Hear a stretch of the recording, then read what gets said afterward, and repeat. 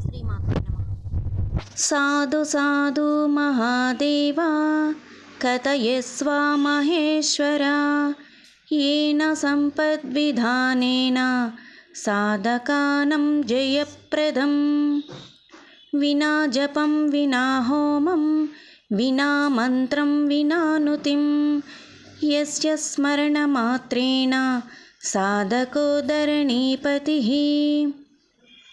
श्रीभैरव उवाच शृणो देवी प्रवक्ष्यामि माताङ्गीकवचं परं गोपनीयं प्रयत्नेन मौनेन जपमाचरेत्.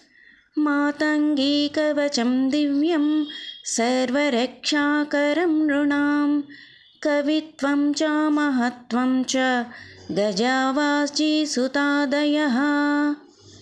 शुभदं सुखदं नित्यामणिमादिप्रदायकं ब्रह्मविष्णु महेशानां तेषामाद्या महेश्वरी. शोकादं श्लोकमेकं वा यस्तु सम्यक् पठेन्नरः तस्य हस्ते सदैवास्ते राज्यलक्ष्मीर्न संशयः. साधकः श्यामलं ध्यायन् कमलासनसंस्थितः योनिमुद्रां करे बद्ध्वा शक्तिध्यानपरायणः. कवचं तु पठेद्यस्तु तस्य सर्वसम्पदः पुत्रपौत्रादिसम्पत्तिरन्ते मुक्तिश्च शाश्वती.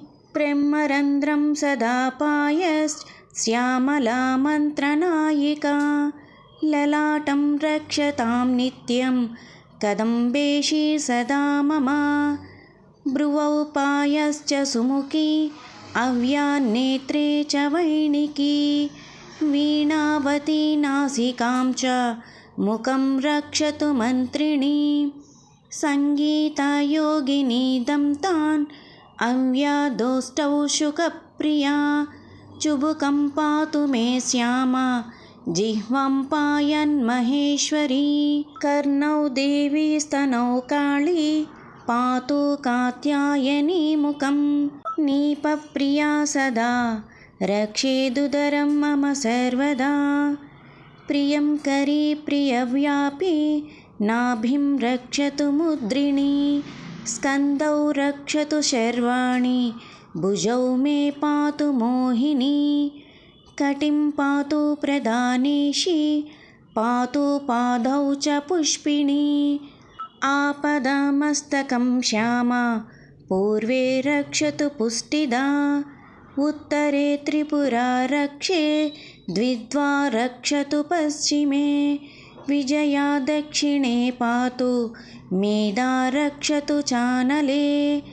प्राज्ञा रक्षतु नैऋत्यं वायुव्यां सुबलक्षणा.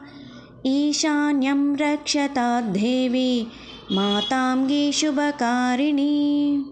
ऊर्ध्वं पातु सदा देवी देवानां हितकारिणी. पाताले पातु मां नित्या वासुकी विश्वरूपिणी.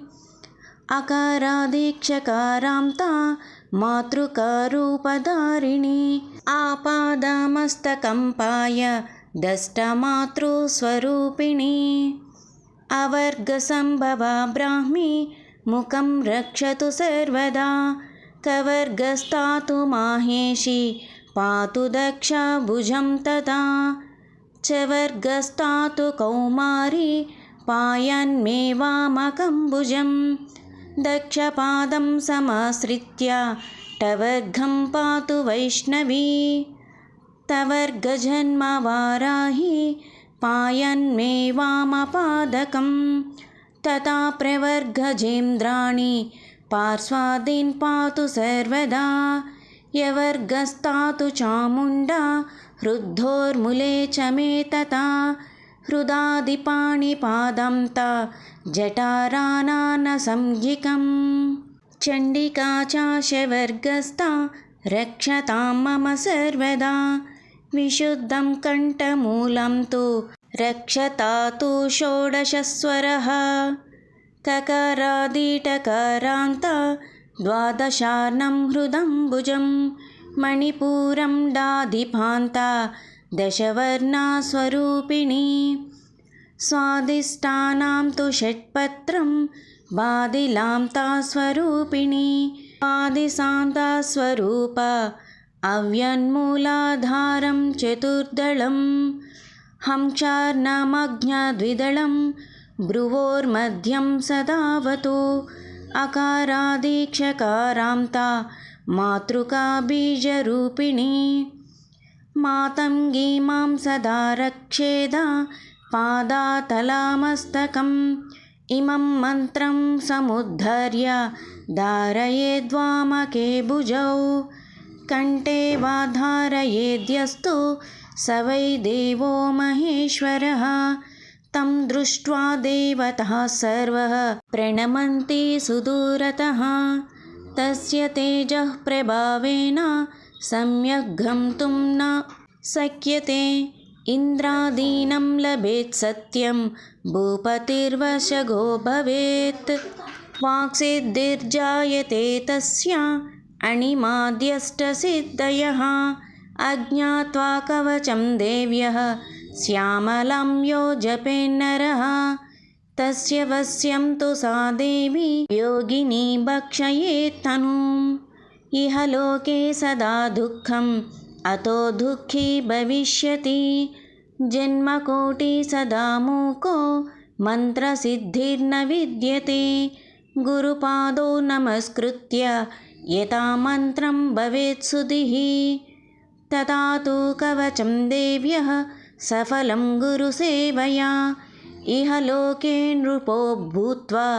पठेन्मुक्तो भविष्यति बोधयेत् परशिष्याय दुर्जनाय सुरेश्वरी निन्दकाय कुशीलाय शक्तिहिंसापराय च यो ददाति न सिद्ध्येत माताङ्गी कवचं शुभं न देयं सर्वदा भद्रे प्राणैकं टगदैरपि गोप्यद्गोप्यतरं गोप्यं गुह्यद्गुह्यतमं महत् दद्यद्गुरुः सुशिष्याय गुरुभक्तिपराय च शिवे नष्टे गुरुस्त्राता गुरौ नष्टे न कश्चन इति श्री शक्तितन्त्रमहार्णवे श्रीश्यामलाकवचं सम्पूर्णम्।